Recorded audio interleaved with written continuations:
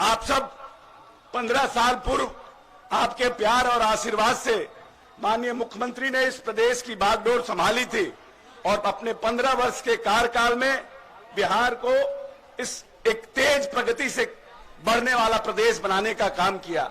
साथियों, 15 वर्ष पूर्व बिहार की जो स्थिति थी, ये पूरा मध्य बिहार, हमारा जो ये पूरा मध्य बिहार है, औरंगाबाद, गया, जहानाबाद, अरवल का जो हमारा पूरा रोहतास का इलाका है, पूरी तरह से जातीय उन्माद से फंसा हुआ था। इस प्रदेश में उन 15 वर्षों में 118 नरसंहार हुए थे, लेकिन माननीय नेता ने जब बागडोर संभाला तो जो ये प्रदेश जातीय उन्माद नरसंहारों के दौर से गुजर रहा था, यह प्रदेश जो पूरी तरह से धार्मिक उन्माद और धार्मिक दंगों से गुजर रहा था, उस बिहार को संभालने का काम किया। 24,000 करोड़ के बिहार के बजट को आज 15 साल बाद 2,15,000 करोड़ करने का काम किया। जो लोग बोलते हैं शोषित, वंचित और दलितों की बात, उनके समय में दलितों का बजट मात्र 40 करोड़ रुपया था और आज माननीय नेता ने उसको 1,000 से 700 करोड़ करने का काम किया। जो व्यक्ति बड़ा होता है, जो व्यक्ति दूरदर्शी होता है, वो योजनाओं का निर्माण करता है, बजट का प्रावधान करता है और उसको जमीन पर उतारने का काम करता है। हमारे नेता जब आए थे इस प्रदेश में 12% बच्चे स्कूल के बाहर थे और आज 1% से भी कम बच्चे स्कूल के बाहर हैं। 25,000 प्राथमिक विद्यालयों का निर्माण इस प्रदेश में कराया गया। इस प्रदेश में 3,75,000 अतिरिक्त वर्ग कक्ष का निर्माण कराया गया। इस प्रदेश में IIT, BIT, NIT जैसे संस्थानों का निर्माण कराया गया।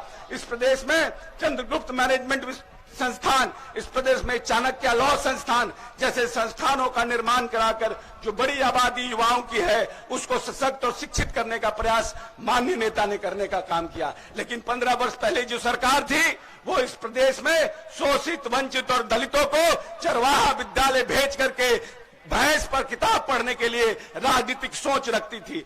एक शासन वो था जो इस प्रदेश में जातीय उन्माद फैला करके और इस प्रदेश में उसका शोषण करके इस प्रदेश में काबिज रहने का काम किया था।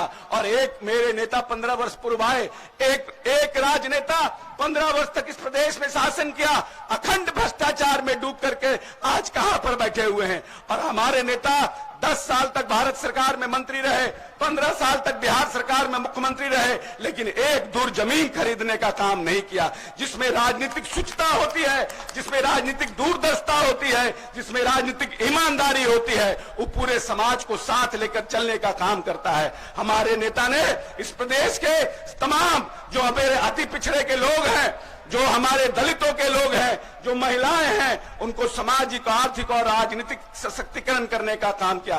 पंचायतों का चुनाव हुआ था, इस प्रदेश में आरक्षण की व्यवस्था नहीं थी। माननीय नेता आए और सबसे पहले पंचायतों के चुनाव में इस प्रदेश में दलितों के लिए, अति पिछड़ों के लिए और महिलाओं के लिए आरक्षण देने का काम किया। इसीलिए आइए, जो व्यक्ति इस प्रदेश की तमाम जो नौजवान हमारे हैं, हमारी जो नस्ल है, जो हमारी पीढ़ी है, उसको सशक्त और मजबूत करने का काम कर रहा है, उसको ताकत देने का काम कीजिए। लोग बड़ी बड़ी बात करते हैं अकलियतों की इस प्रदेश में और कहते थे कि हम यादव और मुस्लिम के बल पर 15 साल तक इस प्रदेश में काम करने का काम किया है। हम पूछना चाहते हैं कि इस प्रदेश में माननीय नेता ने हर एक